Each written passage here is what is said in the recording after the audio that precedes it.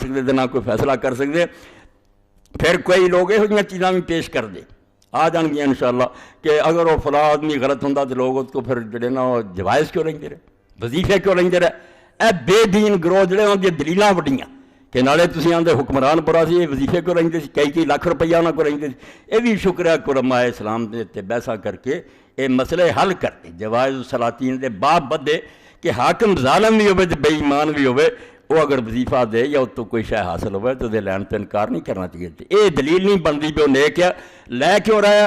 وہ مثال بہت اچھی امام حسن بصری رحمۃ اللہ نے دیتی کہ تہاڈی پگ کوئی چور لا کے چلا جاتا, مڑ کے وہ تمہیں کسی طرح واپس ملتی, تسی آندے چور دا ہاتھ لگ گیا نہ لواں.